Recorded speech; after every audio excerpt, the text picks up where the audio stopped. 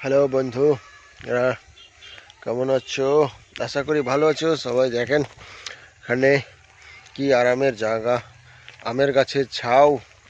এখানে বসে খুবই সুন্দর, গরমের দিন কি আরামের জায়গা পাচ্ছে। গাছ আছে, তিন চারটা আমের গাছ দেখছেন।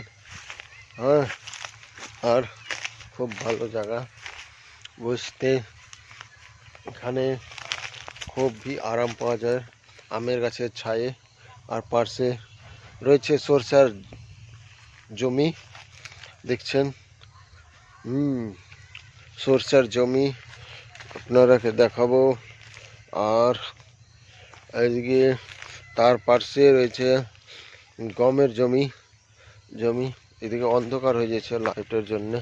এখানে দেখায় আপনারাকে, ওহো এই চিমড়ি হয়েছে। এটা আমাদের ঈদগাড়া দেখতে পাচ্ছেন। ঈদগাড়া কিছুদিন পরে জালসা আছে, দেখেন বাঁশ লাগানো আছে।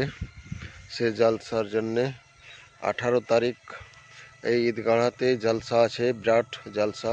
অনেক দূর দূর থেকে মৌলানা আসছে। এখন ভালো লাগছে। তো আপনারা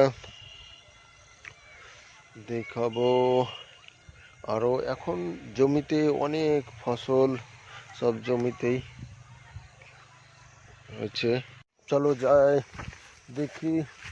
ওখানে অনেকজন ছেলেগুলো ক্রিকেট খেলছে, দেখি যাই। আর আমি খাবো এখন, রাস্তা দিয়ে যাব।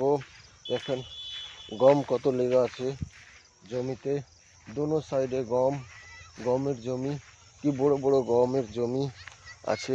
আর এখানে দেখেন পুরো জমিতে গম লাগানো আছে।